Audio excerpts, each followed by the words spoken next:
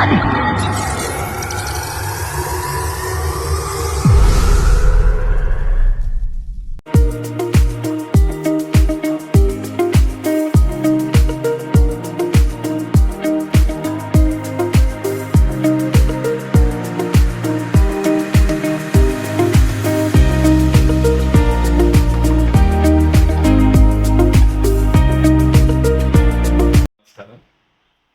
పేరు దేవునూరి శ్రీనివాస్.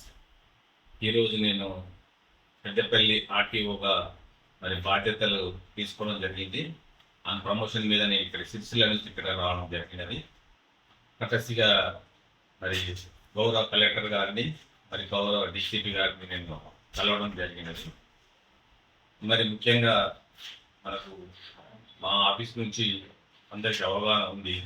ఎందుకంటే ఈ రోజులలో పౌర సేవలు 100 రకాల పౌర సేవలు ఆన్లైన్లో తీసుకునే అవకాశం ఉంది.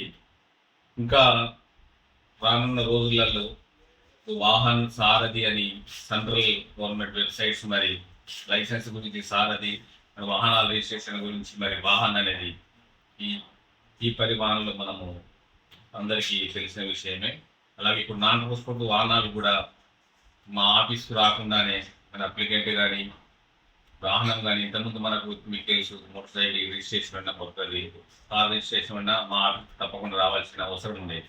ఇప్పుడు డీలర్ వద్దనే అక్కడనే రిజిస్ట్రేషన్ అవుతుంది కాబట్టి ఆల్మోస్ట్ ఒక 50-60% వరకు వారు అక్కడనే డీలర్ దగ్గరనే మా ఆఫీసు రాకుండానే వర్క్ జరుగుతున్నాయి. అలాగే మిగతా రకమైన సేవలు కూడా అలాగే ఇప్పుడు హైర్ పర్చేస్ టర్మినేషన్ కానీ ట్రాన్స్ఫర్ ఆఫ్ ఓనర్షిప్ కానీ అలాగే వాహనం కూడా మిగతా ట్రాన్స్పోర్ట్ వాహనాల నుంచి కూడా పూర్తి స్థాయిలో చేయడానికి ఆన్లైన్లోనే చేయడానికి పైలట్ ప్రాజెక్ట్ కింద హైదరాబాద్ ఆఫీసులో రానున్న కొద్ది రోజుల్లోనే ప్రారంభించడం జరుగుతుంది.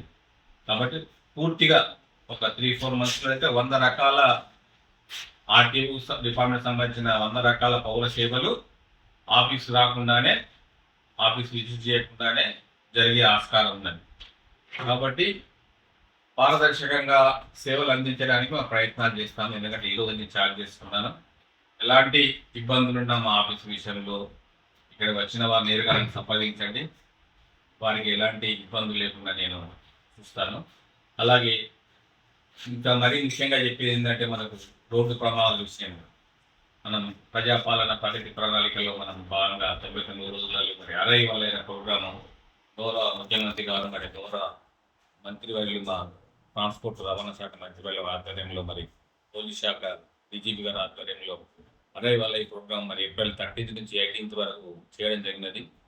ప్రమాదాల నివారణ గురించి. ఎందుకంటే ప్రతి ప్రమాదాలు అనేది నివారించడానికి ప్రతి పౌరుడు బాధ్యత ఉంటుంది. ఎందుకంటే మనం ప్రతిరోజు ప్రతి మానవుడు ఎవరైనా కూడా రోడ్ ఎక్కందే రోజు గడవదు. కాబట్టి ప్రతి ఒక్కరు కుటుంబంలో ఎవరు తీసుకున్నా కుటుంబ యజమాని కావచ్చు, గృహిణి కావచ్చు, పిల్లలు కావచ్చు, వారి రోజువారీ అవసరాల దృష్ట్యా మనం రోడ్డునో వాహనాన్ని ఆశ్రయిస్తుంటాం. కాబట్టి అందులో చేసే తప్పప్పుల మూలంగా ప్రమాదాలు జరిగే ఆస్కారం ఉంటుంది. కాబట్టి మనం రోడ్డు నియమ నిబంధనలను ఫ్యూచర్ తప్పకుండా అందరం పాటించినట్టయితే ఈ ప్రమాదాలను నివారించగలుగుతాము.